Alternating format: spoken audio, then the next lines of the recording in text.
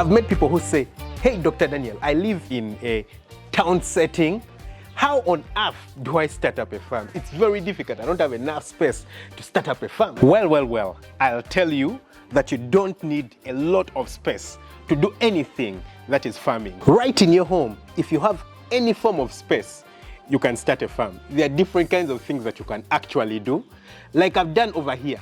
And these can act as a source of food for you, a source of enjoyment, because a lot of people, farming is actually something that they do enjoy and they love to do.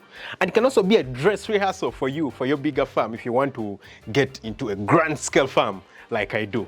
So right here at my home, in my urban town home, with not too much space, I've managed to keep rabbits. And in today's video, I'm going to be cleaning around while we talk about the different ways in which you can actually do farming on a small scale. First, you can see that my small rabbit unit is on a really small, tiny space. It's probably maybe 6 meters in length and 3 meters in width. Nothing more than that. But I've managed to keep quite a number of rabbits here. And hey, it's very satisfying, it's beautiful.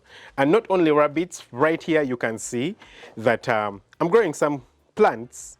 These are jackfruit plants. You know when you eat that tasty fruit and then you're just thinking, I really need to plant this at my farm. Well, I decided to plant those over there and I'm going to transplant them on my bigger farm so that I don't miss out on that really tasty jackfruit. So once in a while, the rabbit house will get dirty. Of course, because they poop over here. And as you can see, when they do poop, their droppings roll down here. And then their urine also comes down here. Then it will move down this trough and it will be collected in a basin right at the bottom. So that's for the 2 houses. I have 2 houses. I started with just one, which is further in the distance. And then I expanded to a second one. If I open inside here, you can see that we have some rabbits. You know, these were baby rabbits.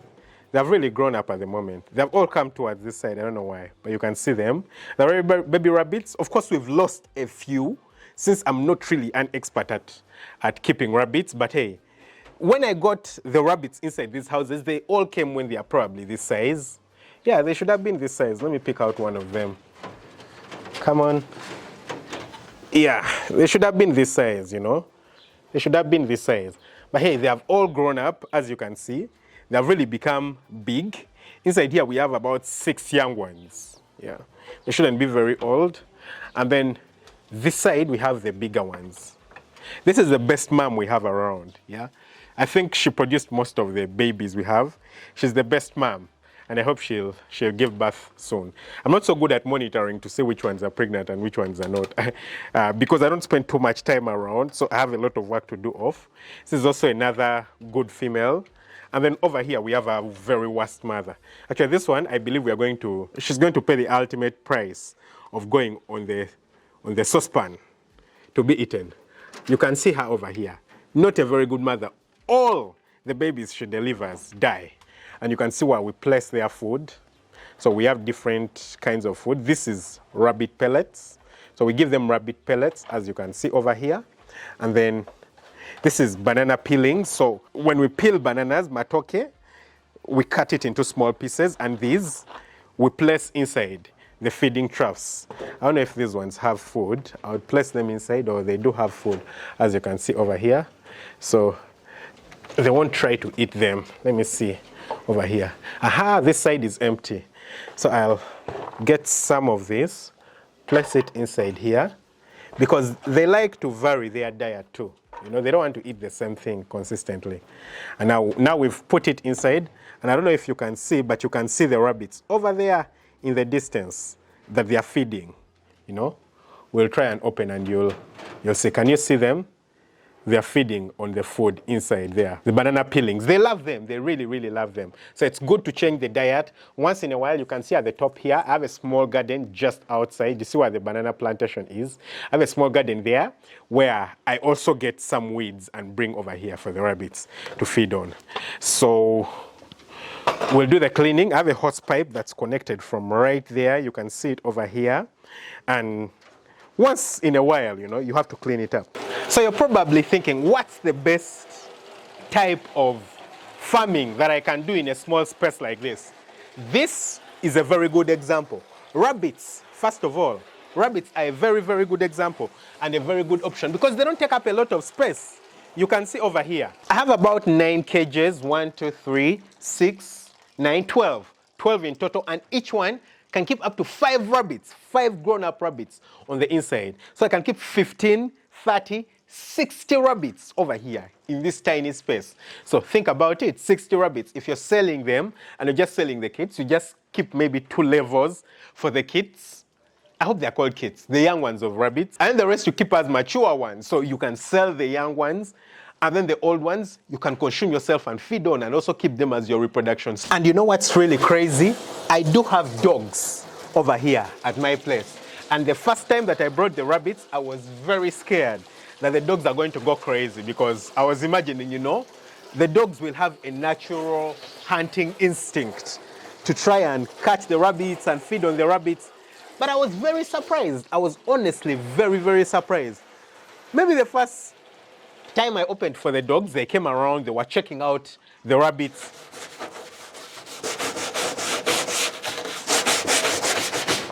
They came and smelled on the pens, and then they moved away. You see, you can see these little pipes. These are the little pipes that bring water. So we put the water in small jerry cans at the top over there, and that's how the water comes in. It has nipples from which the rabbits actually do drink.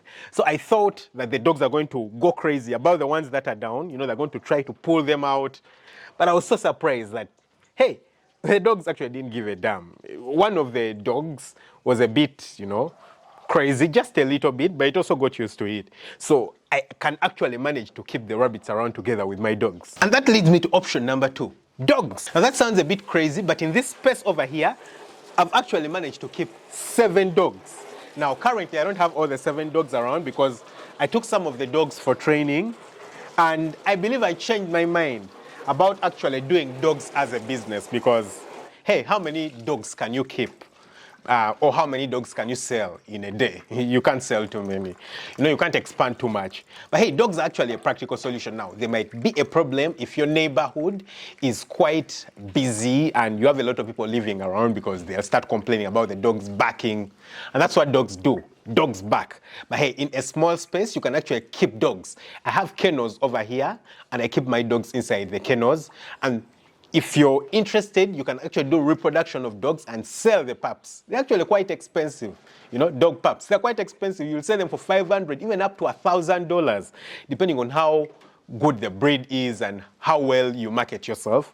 You can actually make quite an amount of money from the dogs. So I built my kennels over here. It's quite cheap to look after dogs, you know. It's not as expensive, but when you get money out of it and you do your marketing really well, you can do it. Again, you have to be in a neighborhood where there is not too many people around. You might have little space, but you're in a wild neighborhood with not a lot of people around to complain about the barking. Of course, dogs do need exercise, and that's one thing you need to think about. You'll need to take the dogs out very often, to take them for walks, to make sure that they're not bored and they're not living inside the entire time, right? Now, of course, I know that some people don't consider dog farming as actually something called farming. I think I'm actually the first person who I've heard saying dog farming. It even sounds like a new word to me. Maybe they call it dog breeding, but in reality it is farming, yeah? Because you're keeping the dogs and you're raising them, you're feeding them, you're reproducing them, and you're going to use them to give you money. So yes, it's actually farming, and I know people who have made a lot of money from keeping dogs. A lot, and a lot of money. So I personally feel like it's actually proper farming. It's something that's doable. If you put in dedication and do it with your entire heart, you can actually make a lot of money from dogs. I personally chose not to do it because I already do a lot of other things, and I felt like keeping dogs, I could sell the dogs. I knew that I could sell the dogs, maybe 5 puppies a month. But how many puppies could I really manage to sell for it to make sense for me? I would probably have to be selling maybe 50 puppies a day or 50 puppies a week for it to make a lot of sense for me. So I felt like it's not worth my time. So in the end, I decided to just keep the dogs as a hobby because I love it. But yeah, a lot of people do farming because of the love for it, not because they want to make money out of it. They probably have a lot of money and it's already satisfying for them, their lives. And all they need to do the farming for is simply to satisfy them and make them feel like they're doing something. So yeah, you have a passion for dogs or you're considering doing dogs, hey, they're actually an option. I think they could be worth it. Think about it. And then option number 3 is chickens. I know it's crazy, but it's actually true. You could actually keep chickens in a setting like this. You know, I've actually kept chickens here before. If you can take a look at these are chicken drinkers and feeders, you know. So I've actually kept chickens in this area. And if you're not free-ranging your chickens, it's 100% doable. Tell me, why wouldn't it be doable if you're not free-ranging your chickens? Because all you need to do is build for them a chicken house. This space is too big to handle chickens. In a space of 6 by 3 meters, if you're keeping layers, that's how much? 6 times 3 is 18. 80 times 6 is 108. So you could keep 108 layers in your chicken. If you're keeping broilers, it will be what? 216 broilers in your place.